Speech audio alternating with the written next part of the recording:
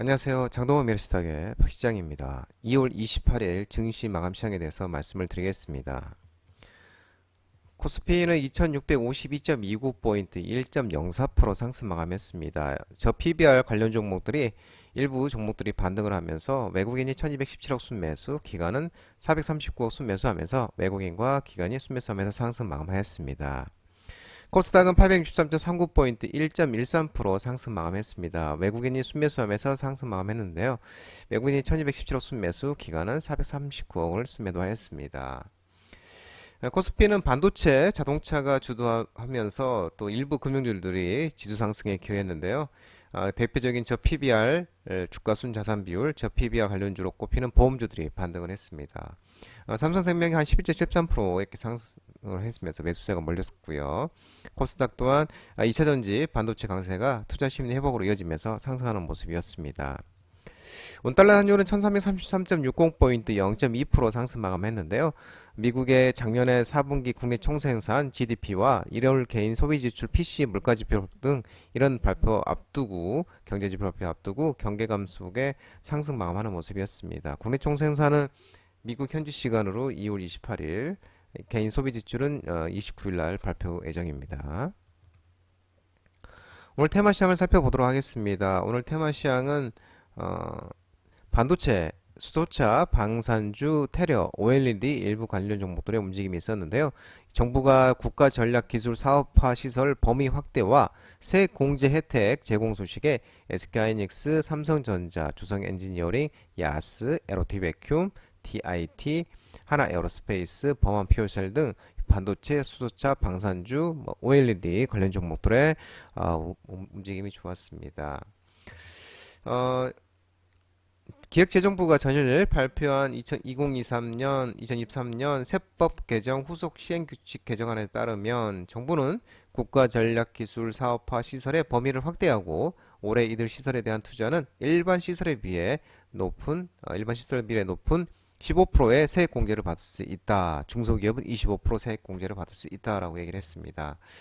여기에 이제 HBM 등 이 차세대 메모리 반도체 설계, 제조 기술 관련된 시설을 새로 추가했고, 디스플레이 분야에서는 OLED, 화소 형성 및 이 봉지 공정 장비와 부품 기술, 수소 분야에서는 수소 가스 터빈 설계 제작과 수소 환원 제철 기술, 수소 저장 효율화 기술 등이 추가됐고요. 신성장 기술 사업화 시설의 범위도 확대를 했는데 투자는 이제 대기업은 6%, 중견기업은 10%, 중소기업은 18%의 세액 공제를 받을 수 있는 것으로 알려졌습니다.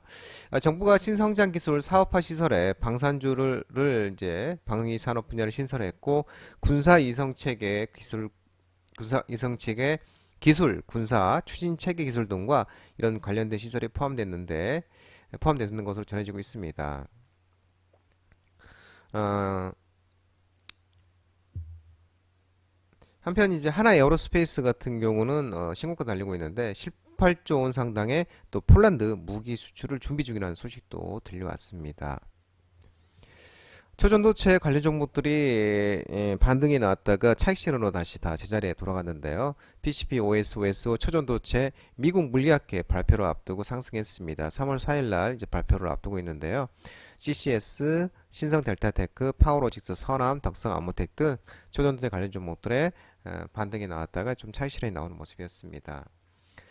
김현탁 일리엄 앤 메리대 물리학과 교수, 이석배 퀀텀 에너지 연구소 등 이런 3월 4일날 이제 미국 현지 시간으로 미국 물리학회 연례회의에서 초전도체 주장 물질 PCP, OS, OS와의 실험 결과를 공개할 예정입니다. 김 교수 연구팀이 이제 LK99와는 다른 상온 상압 초전도체를 공개하고 PCP, OS, OS가 자기 부상하는 장면을 촬영한 영상물 2개도 이제 공개한다고 밝혔죠.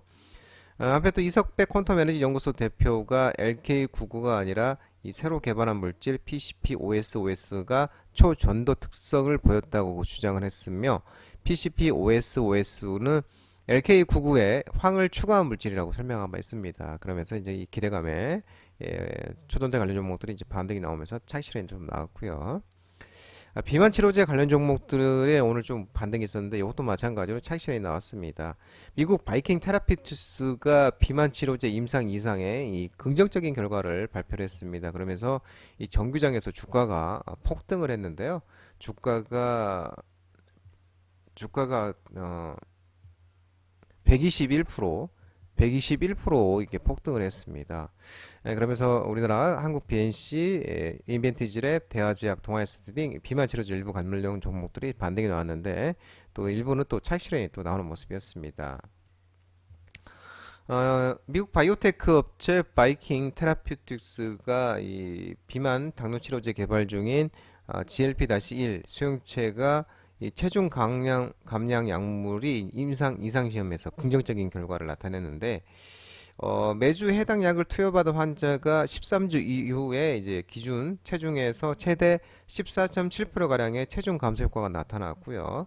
이 부작용도 95%로 경미하거나 보통 수준의 이상 부작용으로 치료는 대부분 안전적인 것으로 평가가 됐다고 알려지고 있습니다. 그러면서 121.02포인트의 간밤 뉴욕 증시에서 급등을 했습니다.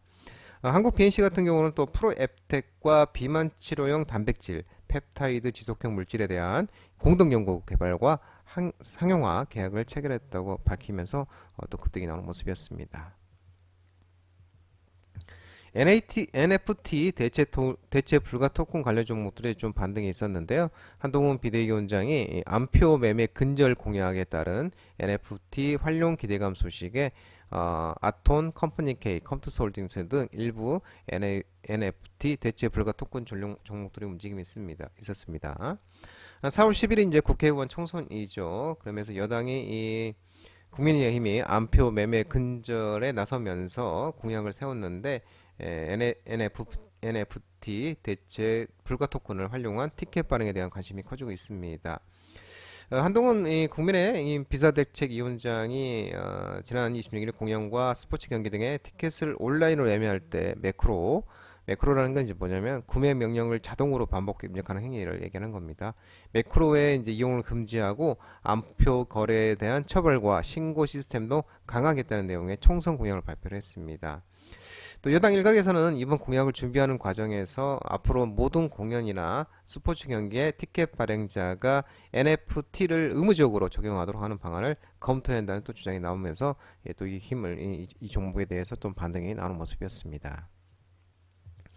지능형 로봇, AI, 증강현실, AR, 가상현실, VR 종목들의 움직임이 있었는데 마크 저커버그 메타 CEO가 한국에 이제 도착했는데요.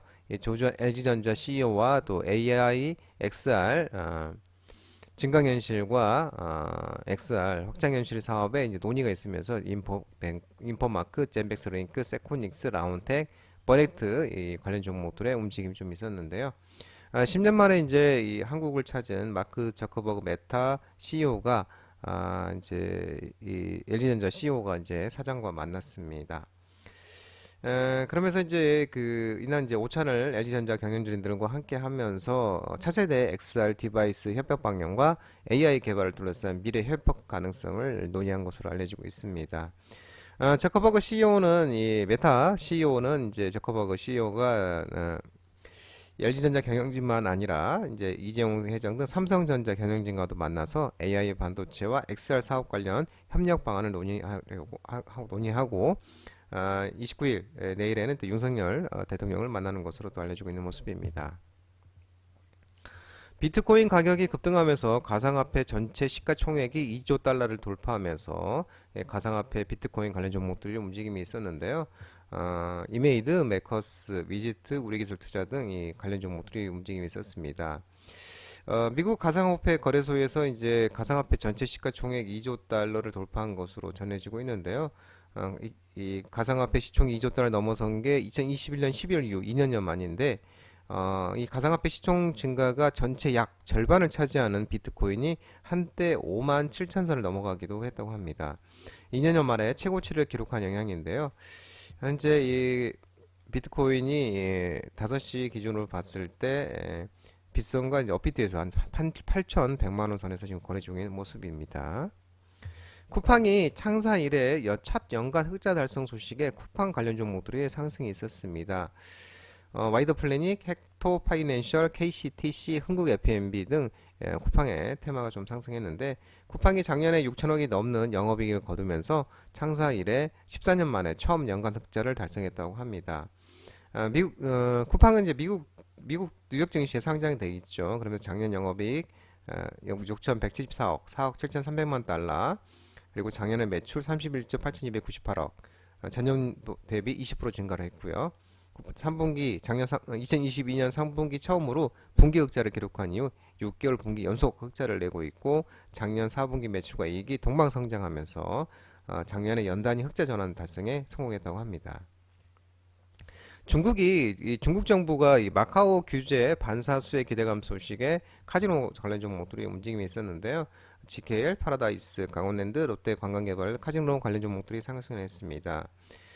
국내 카지노 상장사 실적이 작년 들어서 2019년 대비 가시적인 회복세를 좀 보여주고 있고 주가는 좀 회복세를 보이지 못하고 있지만 이유가 이제 산업 내 경쟁이 심화되고 있고 중국 VIP 감소로 인한 마카오 카지노의 밸류에이션 디레이팅이라고 이제 밝히고 있는데 마카오에 대한 중국 정부의 지속적인 규제가 예상되고 그에 따른 반사 수혜가 중국 부동산 경기 회복과 겹치는 시점부터 호실적 견인을 가능해질 것으로 밝히면서 카지노 관련 종목들에 좀 반등이 있었습니다.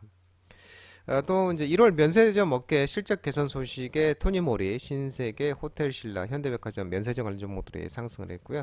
국제유가가 강세를 보이면서 정유와 LPG, 액화석유가스 종목들이 상승을 했는데 GS, SOL, SK이노베이션, 이온 등 정유, LPG, 액화가스 테마가 상승을 했습니다.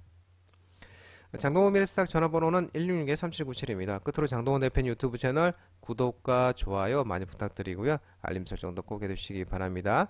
유튜브 채널에 보면은 공유가 있습니다. 공유 소개 링크 많이 부탁드리고요. 유튜브 장중 라이브 무료 방송 진행하고 있으니까 혼자 하기 힘드신 분들이나 도움이 필요하신 분들은 언제든지 오셔서 많은 도움 받아가시기 바랍니다.